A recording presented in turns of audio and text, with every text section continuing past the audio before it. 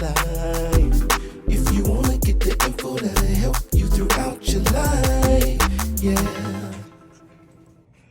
So I'm getting ready for my doctor's appointment. This is my 6-week visit, I believe, or 8-week visit. I don't know. Anyway, I feel like I haven't seen him in a long time. I haven't seen him since December 31st, that's for sure, because that's when I had my surgery. So now this is my first post-op with the surgeon to see what kind of progress I've made. Having 2 hip replacement surgeries in 3 months has been one hell of a challenge. I kid you not. I don't recommend it, but you do what you gotta do. You do what you gotta do. All right, so my appointment's at 8 o'clock. So I have to be over there by 7:45, and it is now approximately 7:15. So I need to get on over there, don't you think? All right. Okay, I think I'm ready. Okay, so I made it to the doctor's office. I'm waiting to get x-rays of my left hip to see if it's healing the way it's supposed to be healing. Oh, it is too early in the morning, and I forgot about morning rush hour traffic and how crazy it gets. I mean, it's like there's no COVID. Everybody is jam-packed on the highways. It's crazy, and I don't even like being out here.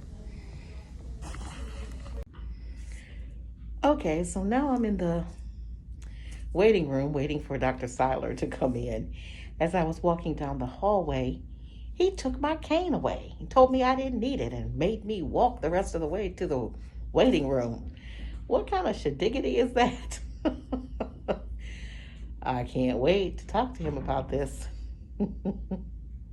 My issue is that at night, I'm in pain. I can't get comfortable. Okay. I try to sleep on my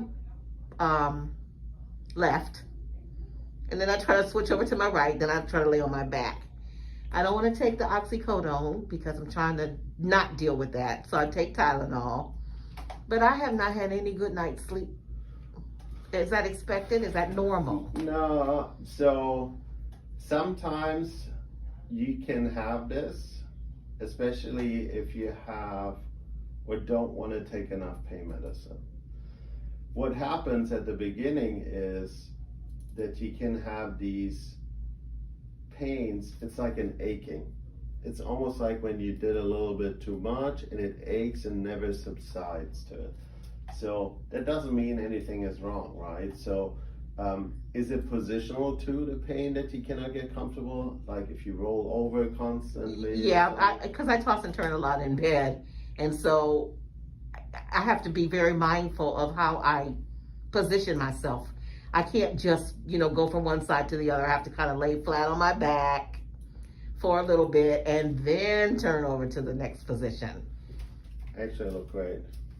Really? Yeah. Look at that. Oh, wow. Really? That's me? That's you. Wow. Oh, wow. The fusion and everything. I see it. Right? Yeah. That's really good. Look at that. I mean, look at that. Look at that. That's really good. Yeah, so it looks really good, right? Okay. So if you look at this, you're not going to get addicted if you take pain medicine as directed for a couple of weeks, right? So that is not. It has to be the prolonged use of it. And you came off narcotics really quickly on the other side too. I did. So, and that's partially because you don't like to take pain medicine. I don't like to take pills, period. Yeah. But yeah, okay. But it's after such a major surgery, it's okay to take it really as scheduled for 2 weeks because it helps. Right? You don't want pain to form memory because that is going to slow you down, right?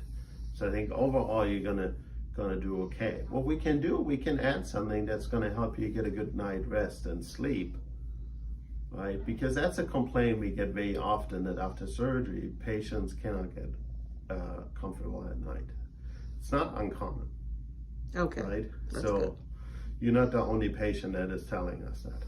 Okay, There's good. actually studies out there that show patients do much better if they get a better night's sleep, right? So it's something we definitely can work on. We can give you something there that you can get some rest overnight. I was taking the gabapentin. Yeah, so gabapentin is not really a sleeping aid. Oh, okay. It- Well, I mean, I took it before I went Yeah. to bed. So it's part of a multimodal pain regimen that we developed with the anesthesiologist. It's more related for nerve pain, right, rather than a sleeping aid.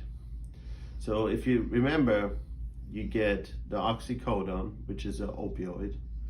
You get the gabapentin that attacks nerve-related pain.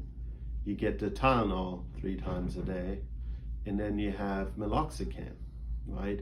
That helps with the inflammation. Okay, I don't think, did I have that? You should. That's part of the multimodal regimen. So you have 4 medications that attack pain. But you don't complain about pain. You're more about the not getting enough sleep. Right. So I think we can address that. We can give you a medication for that. I would just stop the gabapentin. Good news you can use for your life.